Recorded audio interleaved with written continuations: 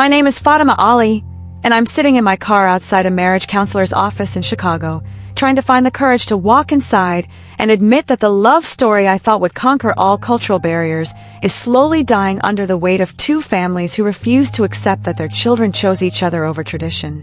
3 years ago, when I married Arjun Sharma in a beautiful fusion ceremony that celebrated both our Pakistani and Indian heritages, I believed that love could bridge any cultural gap.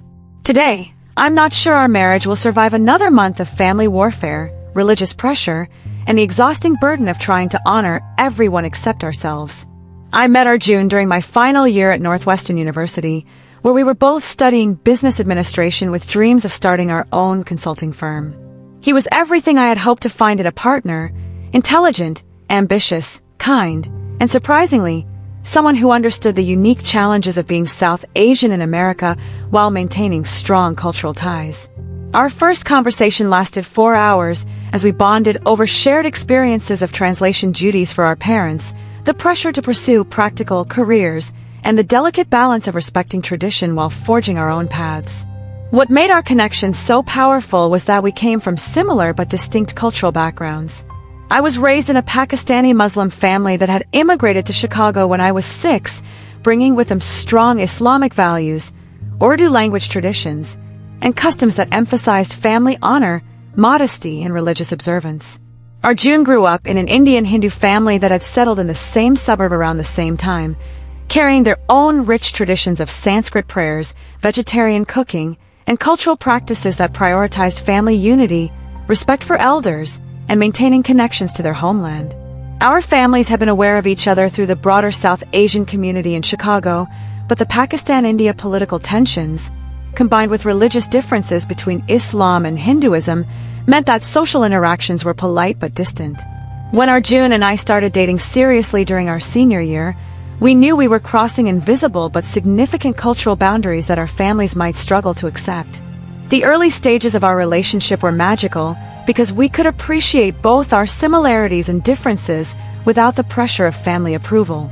We spoke the same cultural language when it came to understanding family dynamics, career expectations, and the immigrant experience, but we also learned from each other's traditions.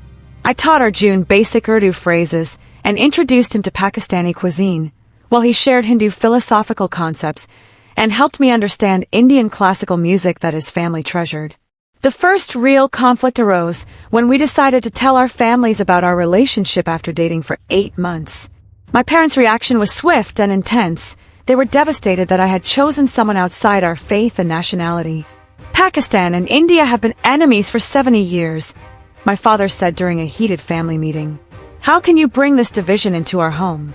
How can you marry someone who doesn't share our religion, our language, our history? My mother cried for days, worried about what our extended family in Pakistan would think and how this marriage would affect my younger sister's prospects for finding a suitable husband. Arjun's family had their own concerns, though they expressed them differently. His parents were disappointed that he hadn't chosen someone from their specific regional background and were worried about how our children would be raised religiously. We have nothing against Pakistani people, his mother explained during an awkward dinner meeting. But marriage is about more than just two people. It's about joining families, preserving traditions, and ensuring that our grandchildren understand their heritage. How will that work when you come from such different backgrounds? Despite family resistance, we were determined to prove that our love could overcome cultural barriers. We spent months educating ourselves about each other's religions, attending both mosque and temple services, learning traditional recipes from both cultures, and working with an interfaith counselor who helped us navigate the practical aspects of building an intercultural marriage. We created detailed plans for how we would celebrate holidays, raise children, and honor both families' traditions without compromising our own values. The wedding planning process became our first major test. Every decision, from the venue to the menu to the ceremony format, required negotiations between families who had completely different expectations and traditions. My family wanted a traditional Pakistani wedding with multiple events including a Mehndi ceremony, Nikah religious ceremony, and Walima reception. Arjun's family expected Hindu rituals, including a Sangam ceremony, traditional fire ceremony, and elaborate Indian reception with specific cultural requirements. We spent 6 months and thousands of dollars creating a fusion wedding that incorporated elements from both traditions. The ceremony included both Islamic nikah vows and Hindu saptapadi rituals. The menu featured both Pakistani biryanis and Indian curries, and the decorations blended Pakistani green and white with Indian saffron and red. The wedding was beautiful and meaningful to us, but we could see that neither family felt completely satisfied with the compromises we had made to include everyone. The real challenges began after the honeymoon when we started building our daily life together as a married couple. The cultural conflicts that we had intellectualized during our engagement became practical problems that affected every aspect of our routine. Food became a constant source of tension. I had been raised eating halal meat and avoiding pork, while Arjun's family was strictly vegetarian and considered beef consumption offensive. Our kitchen became a battlefield of dietary restrictions and religious requirements that made simple meal planning incredibly complicated. Religious observance created another layer of complexity. I wanted to maintain my 5 daily prayers and Friday mosque attendance, while Arjun needed time for his morning meditation and wanted to visit the temple regularly. During Ramadan, I was fasting from sunrise to sunset, while Arjun was celebrating Diwali with elaborate family gatherings that included foods I couldn't eat during my fasting month. We found ourselves constantly choosing between our individual religious needs and our desire to support each other's spiritual practices. The family interference intensified during our first year of marriage as both sides began pressuring us to demonstrate greater loyalty to their specific cultural traditions. My mother started making pointed comments about how I was forgetting my Pakistani roots when she noticed Indian spices in our kitchen or saw photos of us at Hindu temple events on social media. Arjun's mother began asking when I would start wearing traditional Indian clothing to family gatherings and whether I was planning to learn Hindi to better communicate with their extended family. The pressure reached a breaking point during our first wedding anniversary when both families expected us to celebrate in ways that honor their specific traditions. My family planned a Pakistani-style anniversary party with traditional music, halal food, and Islamic prayers for our continued happiness. Arjun's family simultaneously organized an Indian celebration with Hindu rituals, vegetarian feast, and Sanskrit blessings for our marriage. When we tried to attend both events, we ended up exhausting ourselves and satisfying no one. The conflict escalated when we started discussing having children, and both families began demanding assurances about how our future kids would be raised religiously and culturally. My parents insisted that any children must be raised Muslim and taught Urdu, while Arjun's family expected Hindu religious education and Hindi language instruction. These weren't abstract theological discussions. They were battles over the identity and future of children we didn't even have yet. Our relationship began suffering under the constant pressure of family management and cultural negotiation. We found ourselves arguing about issues that had never been problems when we were dating: whose family to visit for holidays, which cultural traditions to maintain in our home, how to respond to family criticism of our choices. The spontaneous joy and natural compatibility that had drawn us together was being crushed under the weight of expectations from people who loved us but couldn't accept our choices. The breaking point came during a family gathering at Arjun's house when his aunt made a comment about how mixed marriages never work and suggested that we should have found partners within our own communities. When I tried to defend our relationship, she responded by questioning whether I would ever be able to truly understand Hindu culture or raise children who felt connected to their Indian heritage. The evening ended with me in tears, and Arjun caught between supporting me and maintaining peace with his extended family. That night, we had our worst fight since getting married.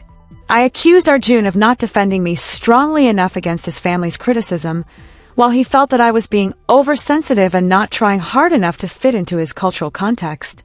We both said things we regretted, including my threat to just give up trying to please everyone, and his suggestion that maybe we had been naive to think this would work. For the first time since we'd known each other, we went to bed angry and woke up feeling like strangers. The emotional distance continued for weeks as we both struggled with doubts about whether our marriage could survive the constant cultural pressure. I started wondering if my parents had been right about the difficulties of intercultural marriage, while Arjun questioned whether we were being selfish in pursuing our own happiness at the expense of family harmony. We stopped communicating about the deeper issues, and began functioning more like roommates than romantic partners. The turning point came when my younger sister Nadia, who had been watching our struggles, sat me down for a conversation that changed my perspective on everything. "Fatima," she said, "you and Arjun are so busy trying to be Pakistani and Indian that you've forgotten to just be yourselves. You're not responsible for representing entire cultures in your marriage. You're responsible for building a life that makes you both happy." Her words hit me like a revelation because she was right. We had become cultural ambassadors instead of spouses. That conversation motivated me to suggest marriage counseling, which brought us to Dr. Priya Mehta, a therapist who specialized in intercultural relationships and understood the unique pressures faced by South Asian couples navigating family expectations.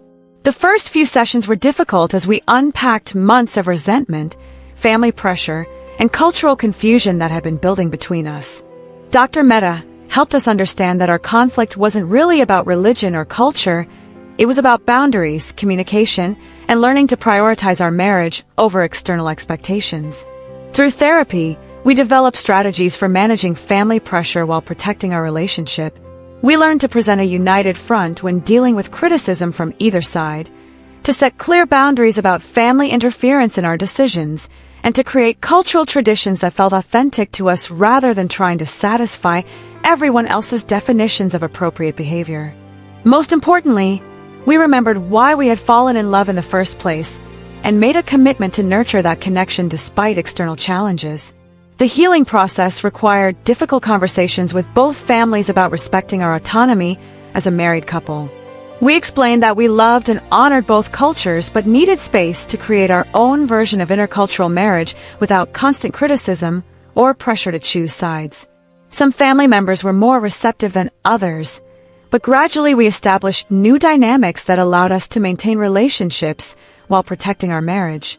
We also connected with other intercultural couples through a support group that Dr. Mehta recommended, where we met Pakistani-Indian, Hindu-Muslim, and other cross-cultural couples who were navigating similar challenges. Hearing their stories and strategies helped us realize that our struggles were normal and surmountable, not evidence that our marriage was doomed to fail. Many of these couples had built successful, happy marriages while maintaining connections to their respective cultures. One of the most important changes we made was developing our own fusion traditions that honored both backgrounds without requiring us to perfectly replicate either culture. We created holiday celebrations that incorporated elements from both Pakistani and Indian traditions, while also establishing new customs that reflected our specific relationship and values.